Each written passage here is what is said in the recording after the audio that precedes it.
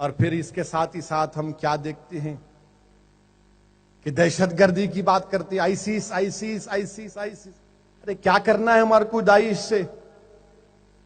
پورے مکتب فکر کے علماء اکرام نے کہا یہ ہم اس کو جانتے نہیں ہیں، یعنی اسلامی کیسے تعلق ہی نہیں ہے. نہیں آپ کیا، ارے کیا کریں گے؟ تم ہوتے کون میری وفاداریوں پر شک کرنے والے؟ اگر میں آئیسس سے جا کے مقابلہ کروں گا تو وفادار ہوں،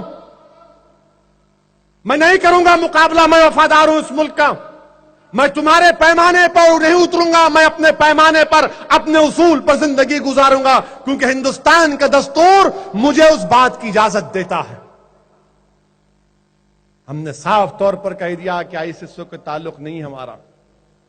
وہ کون ہے بغدادی ہمارو کیا کرنے کا چھچورا؟ وہ اپنے آپ کو خلیفہ بولتا ہوں نے، ایک لفظ نہیں بولا اب تک مسجد اقصی کے بارے میں، ایک لفظ نہیں بولتا.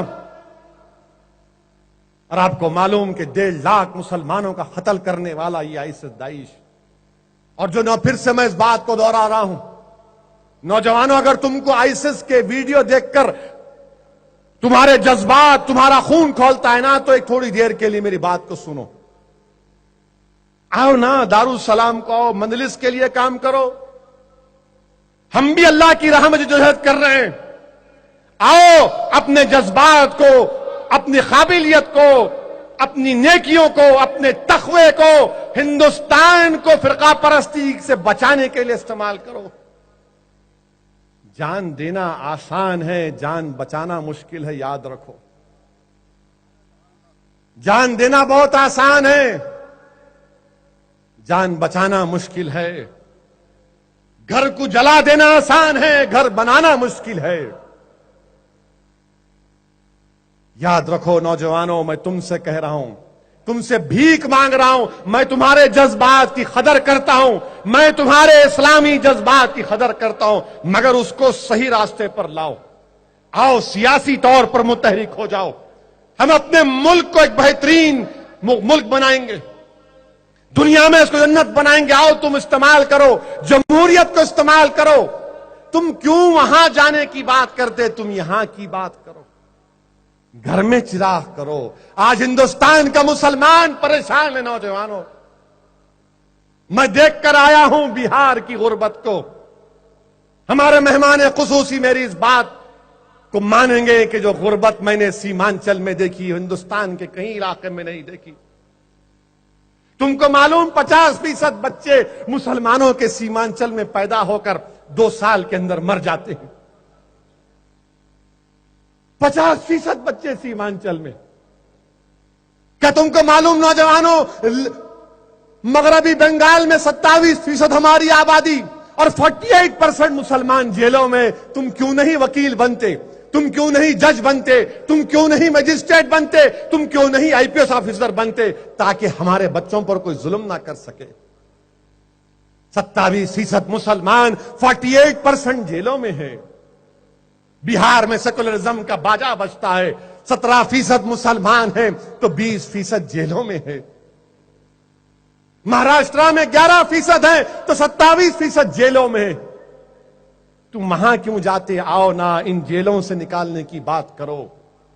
اگر تم قابل ہو تو میں تم سے کہہ رہا ہوں کہ آج کے جلسے رحمت العالمین سے ارادہ کرو،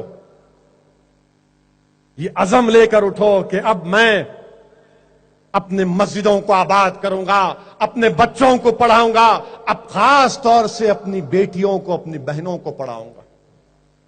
اگر تم کو اتنا جذبہ ہے جان دینے کا تو کیا تم ایک کام کر سکتے ہو؟ ایک تو ارادہ کر لو کہ اب میں جہیز نہیں لوں گا. تم جان دینے کی بات کر رہے، میں تم سے کہہ رہا ہوں جہیز مت لو نوجوانوں. تمہاری بہنوں کی، ہمارے بہنوں کی شادیاں ہو جائیں گی.